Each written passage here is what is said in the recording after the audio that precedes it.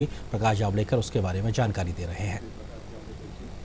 After the briefing, we'll take a few questions. Over to you, sir. प्रधानमंत्री नरेंद्र मोदी जी के अध्यक्षता में आज कैबिनेट ने महत्वपूर्ण निर्णय लिए हैं जो देश में सामाजिक न्याय की जो बड़ी पहल की थी पिछले साल ही कि आर्थिक आधार पर 10% आरक्षण नौकरी में और शिक्षा में मिलेगा।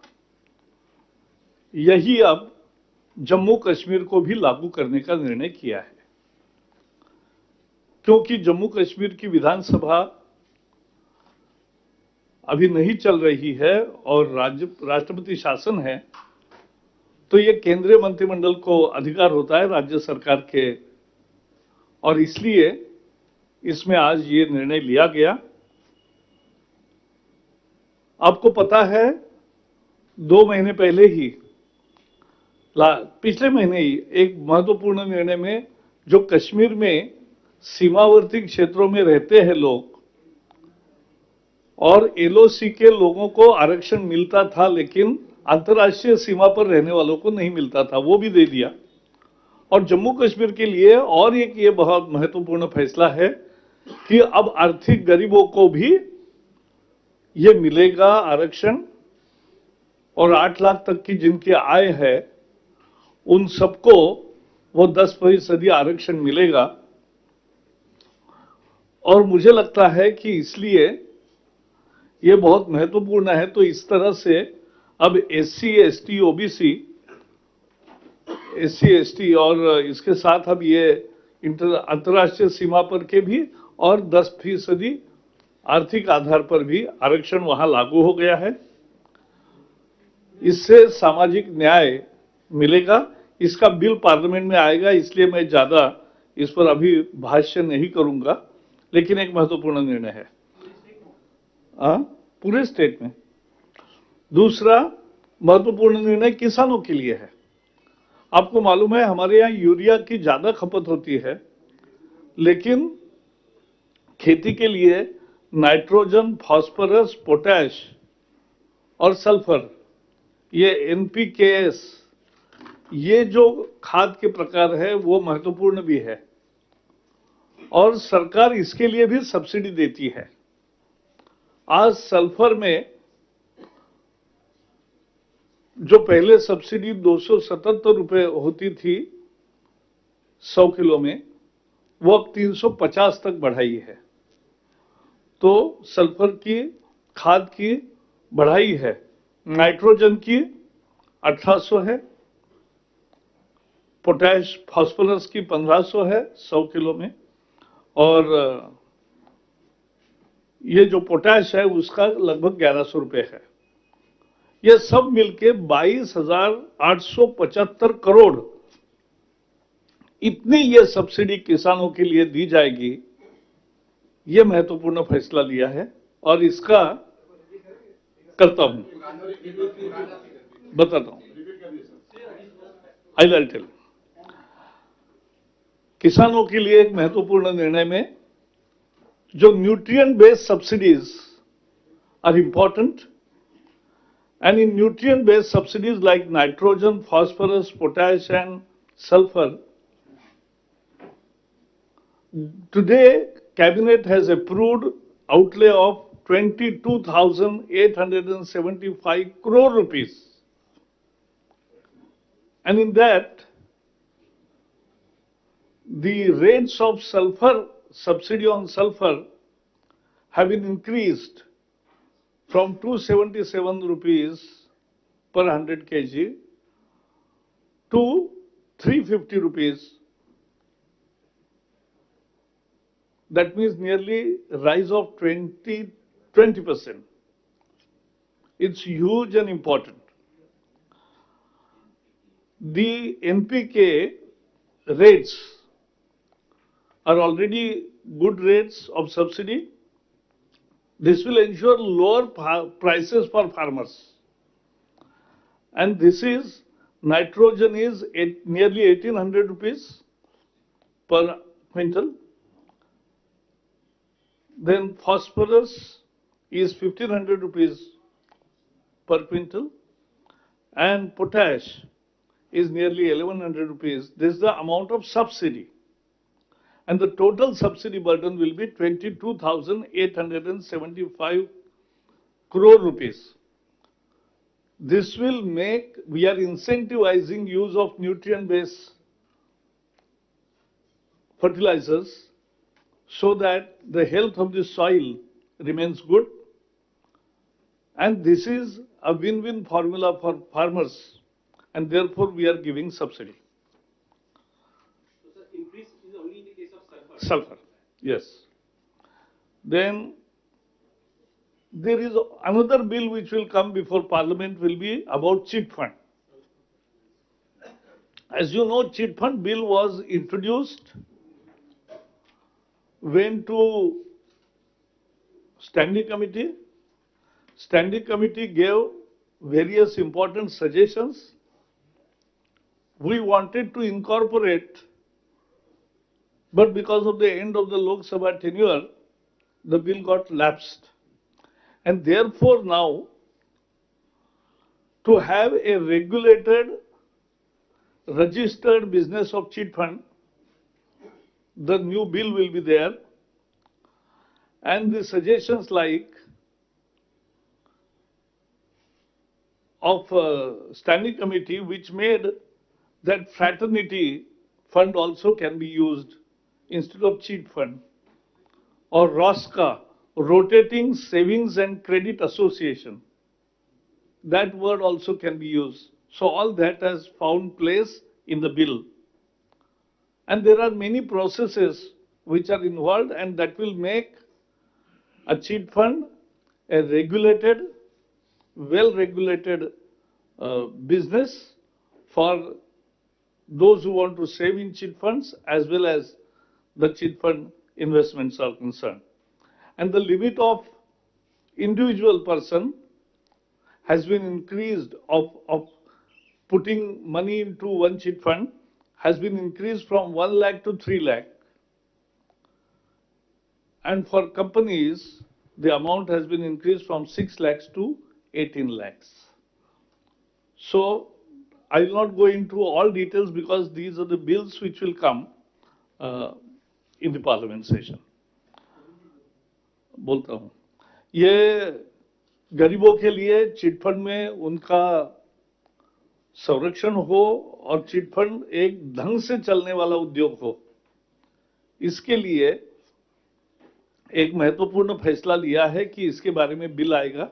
ये पहले भी बिल आया था, उस बिल पे सांसद के स्थायी समिति के पास गया था। स्थायी समिति ने अनेक सुझाव दिए, जिसमें बहुत सारे सुझाव सरकार ने मान्य भी किए, लेकिन चूंकि लोकसभा का सत्र समाप्त हुआ, अवधि समाप्त हुआ, इसलिए बिल लैप्स हो गया और इसलिए ये फिर से अब बिल आएगा और इससे एक सुसंगठित रूप से और सुव्यवस्थित रूप से ये चिट फंड का व्यवसाय चले, लोगों को बचत का रास्ता भी एक खुले, लेकिन साथ ही साथ उनका शोषण ना हो और राज्यों को भी इसमें ज्यादा अधिकार दिए हैं।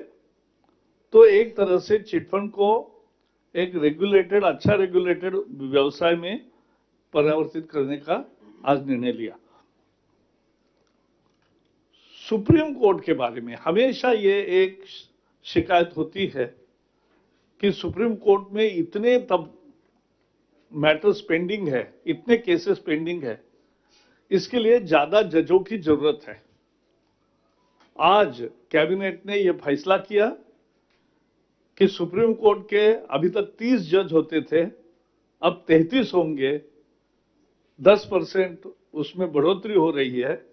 ये बहुत महत्वपूर्ण है क्योंकि 33, और ये 33 अभी आपने देखा है कि हमने लगभग बेंच इज फुल, और जो 3 अभी जज आएंगे उनकी भी नियुक्ति समय पर होगी।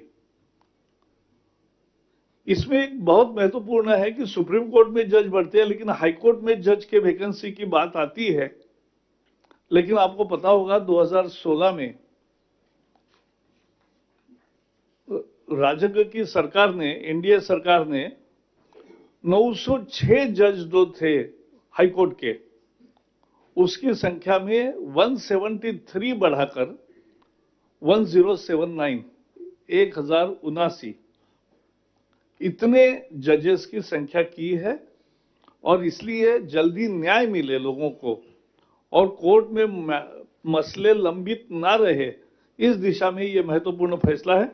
मुझे विश्वास है कि इस पर सब लोग स्वागत करेंगे। फिर इसरो का एक मॉस्को में टेक्निकल लाइजन यूनिट तैयार करने का भी फैसला लिया है। We have decided to have a technical liaison unit of ISRO in Moscow. We have already 2 units in USA and Paris. Now we will have this 3rd unit, and Russia और भारत के दरमियान और रशिया के आसपास जो देश है उन सबके साथ हमारा बहुत सारा स्पेस प्रोग्राम में सहयोग होता है। उसके बारे में लगातार संपर्क बना रहे, संवाद बना रहे, इसके लिए ये अरेंजमेंट है। और मुझे लगता है कि ये बहुत काल सुसंगत निर्णय किया है। So we will have a 3rd unit in a way globally of technical liaison unit of ISRO. Now they are present in Washington and Paris, now it will be in Moscow also, and it will take care of the region cooperation with the countries in the region about the space technologies, and about Gaganyaan also. There is important developments. That will also be dealt by this technical liaison unit. So this is important. Then India is signing settlement agreement of United Nations. This is important development because today we approved that, and this signing of settlement agreement will open yet another door for alternative redressal mechanism, because we have already passed arbitration bills. So this is yet another opportunity for settling the commercial disputes, and that will facilitate the seamless business environment. OBC के बारे में एक महत्वपूर्ण फैसला है कि उसकी जो कमीशन बना है, उस कमीशन अभी जो विसंगतियां सामने आई है उसका राज्यों के साथ संवाद चल रहा है। वो संवाद पूरा होने तक, यानी जनवरी 2020 तक इसको अभी उसकी अवधि बढ़ाई गई है। तो ये क्योंकि ओबीसी का एक पूरा इतने बड़े समाज के घटक को एक न्याय देने के लिए जो बात चल रही है वो सुचारू रूप से हो, ये उसकी कल्पना है। तो इतने महत्वपूर्ण निर्णय लिया। I just brief in English. In Jammu and Kashmir, the cabinet today decided to implement 10% economically backward class reservation in education and in employment. As there is a precedence rule, the decision on behalf of the Assembly has been recommended by the state apparatus and has been approved by cabinet. This will improve and provide social justice to the poor people of Jammu and Kashmir, and there is a large number. And therefore, after many reservations which are now implemented in Kashmir, and last month we have also given reservation for people living on international borders, which was available earlier to only people living on line of actual control. So that is now available to international borders also. So these reservation support back to back in 2 months will definitely help Jammu Kashmir poor people, and they will get opportunity in employment and education. The subsidy on, I have already described the subsidy part on NPK in English. The chit fund also I have described. We want to have that in a regulated fashion. As I told, Supreme Court number of judges have been increased from 30 to 33, a 10% rise. And in a High Court judges, in 2016, Modi government increased the number of judges posts from 906 to 1079, more than nearly 20% increase again. Excuse me. Yes. Sorry. Sir, this 33 judges would include the Chief Justice of India? No, Chief Justice plus 33. Chief Justice plus 33. Yeah. ISRO, we have now unit there, and we are signing in Singapore the settlement agreement which will provide yet another avenue for redressal of business disputes. We have already passed the arbitration bills, and the term of OBC commission has been increased by 6 months to facilitate it to complete the work with state governments where there are some anomalies which are being discussed. So that's all from my side. Okay. Yes. Sir, I was wondering if the bill that you've separately brought on the chit fund, couldn't it have been the part of the bill that has been passed? But what was the need of a separate bill?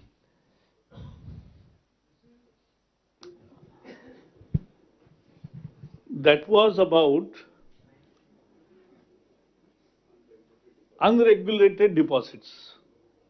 This is about regulated deposits. So that's the basic difference. Yes.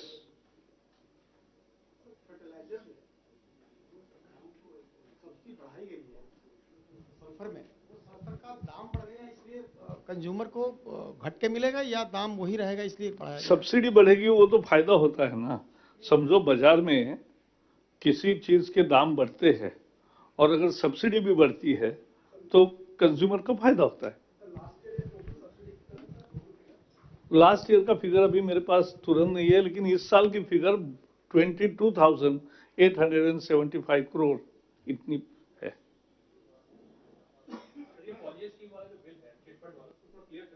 नहीं, मैं बता रहा हूँ, Ponzi scheme जो ग्राहकों का शोषण होता है, जो स्कैम्स होते हैं, जो वो अनरेगुलेटेड डिपॉजिट स्कीम्स है, उसको अलग से बिल करके प्रोटेक्शन दिया है। ये चिट फंड है जो स्थायी समिति के सुझावों के बाद अब रेगुलेटेड बिजनेस को और सुगठित करना इस उद्देश्य से है। तो ये दो सेपरेट है इशू। हाँ, ऐसा हमेशा हमारी उम्मीद है कि इसी सेशन अभी 6 दिन और है तो बहुत काम करेंगे।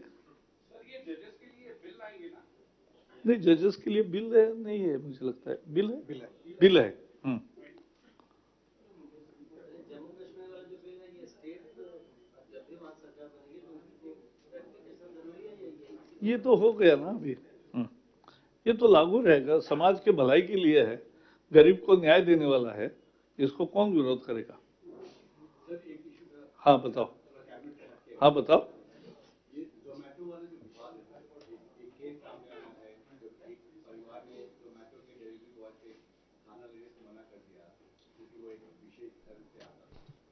नहीं, ये जिसकी जानकारी नहीं वो नहीं मैं बोलूँगा। हाँ,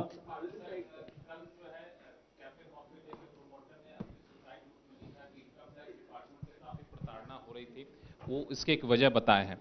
तो इस पर सवाल उठा रहे हैं कई सारे कॉर्पोरेट के इंस्पेक्टर, आज कहीं इनकम टैक्स डिपार्टमेंट में फिर से तो नहीं आ गए। इस पर सरकार की प्रतिक्रिया? ऐसा है, पहले तो एक व्यक्ति लापता है जिसका अभी मिल गया, तो ये अभी जिसका अंत हुआ है, आज मैं उस पर ज्यादा बोलना नहीं चाहता, क्योंकि किसी व्यक्ति का मृत्यु ये कोई बहुत अच्छी घटना नहीं होती है, बुरी घटना होती है। और इसलिए हम मानते हैं कि इसके बारे में इनकम टैक्स को जो बताना था उन्होंने बताया है, और भी बाद में चर्चा होगी तब और आएगी बातें। सर, जो अपोजिशन पार्टीज हैं उन्होंने आज बताया है कि जो ट्रिपल तलाक बिल और यूएपीए बिल है, there was an assurance that was supposed to be sent to the select committee and instead just 24 hours before in the night the bill was listed. I'm talking about triple talaq, and then that's how the government was able to pass the bill, saying that the government, there was an understanding with the government and the opposition parties that two of these bills will be sent to the select committee. Government did not keep its word, and instead, bought it by force. This is absolutely untrue. This was demand of the opposition parties. There was no agreement with the government. But yes, as chairman 2 days ago has clarified that in his term of 2 years, that is during Modi government's last 2 years, 10 bills which came before the Rajya Sabha, 8 have been referred to standing committees. So our practice is, but now as you know, there are no bills, there are no standing committees yet to be formed because many parties have yet to give names, and therefore in absence of standing committee, always in the first session, this has happened earlier also, and more importantly, many of the bills, nearly more than half the bills, are lapsed bills. Why they got lapsed? They got lapsed because Rajya Sabha did not pass it. तो लोकसभा ने पास किया, फिर भी राज्यसभा में पास नहीं हुआ और लोकसभा का काल खत्म हुआ, इसलिए जो लैप्स हुए वो बिल फिर से आ रहे हैं। तो ये तो 2 साल जो लंबित किए बिल, लोग न्याय की गुहार लगा के बैठे थे, 2 साल जनता को न्याय नहीं मिला, उसी के तो वही तो बिल है और वही कर रहे हैं। नहीं, इसमें धोखा क्या है? धोखा तो उनको कहाँ मिला वो उनको देखना चाहिए। चलिए, हाँ बताइए। नहीं, आज डिस्कशन हाउस में तो आपको खुला ही रहता है, तो वो तो कोई नहीं, क्यों होगा? निर्णय होता है कैबिनेट में, वो तो पहले ही हुआ। In a transparent auction process, the decisions have been taken. So we have not, ministry doesn't do anything or government doesn't do anything. It's a transparent process by which things happen. Thank you.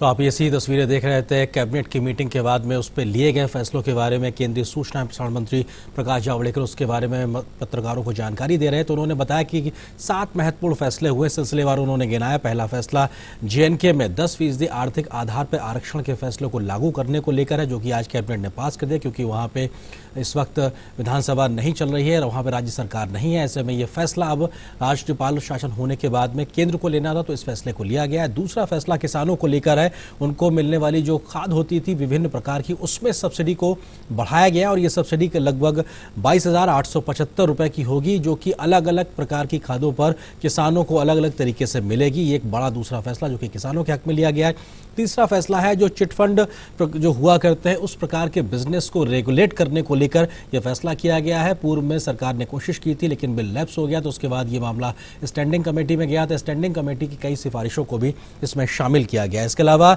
SC से जुड़े जो उसके अलावा supreme court से जुड़े एक फैसला है, उसमें यह है कि 3 अतिरिक्त जजों की एक तरीके से वहाँ पे नियुक्ति होगी। अभी तक 30 जज हुआ करते हैं, इसके अलावा अब 33 जज होंगे और एक सुप्रीम कोर्ट के जो चीफ जस्टिस होते हैं, यानी कि अगर उनको मिला लिया जाए तो अभी तक 31 संख्या है, जो कि बढ़ के 34 हो जाएगी। तो यानी कि कोशिश ये है कि जो लंबित मुकदमे हैं उनको एक तरीके से जल्दी निपटाया जा सके। इसके अलावा सुप्रीम कोर्ट के साथ साथ हाई कोर्ट के बारे में भी प्रकाश जावड़ेकर ने इस बात की जानकारी दी है कि 906 जजों की जगह अब 1079 जजों की संख्या को मंजूरी दी गई है, जो अपने आप में त्वरित फैसला हो सके, इस लिहाज से इस फैसले को काफ़ी महत्वपूर्ण माना जा रहा है। इसरो की एक टेक्निकल लाइजनिंग यूनिट को मॉस्को में खोलने की फैसला भी सरकार ने लिया है। इससे पहले वाशिंगटन और पेरिस में ये 2 यूनिट संचालित हैं भारत के इसरो की ओर से, अब मॉस्को में भी खोला जाएगा, यानी कुल मिला के 3 यूनिट हो जाएंगे। इसके अलावा ओबीसी कमीशन जो कि राज्यों से कंसल्टेशन कर रहा है, उसकी अवधि को बढ़ाने की बात की गई है, जो कि जनवरी 2020 तक कर दिया गया है। ये अपने आप में महत्वपूर्ण फैसले लिए हैं कैबिनेट ने, उसकी जानकारी अभी दी गई है प्रेस कॉन्फ्रेंस के माध्यम से केंद्रीय सूचना और प्रसारण मंत्री प्रकाश जावड़ेकर ने। तो फिलहाल इस बुलेटिन में इतना ही, लेकिन डीडी न्यूज़ पर खबरों का सफर लगातार जारी रहेगा। नमस्कार।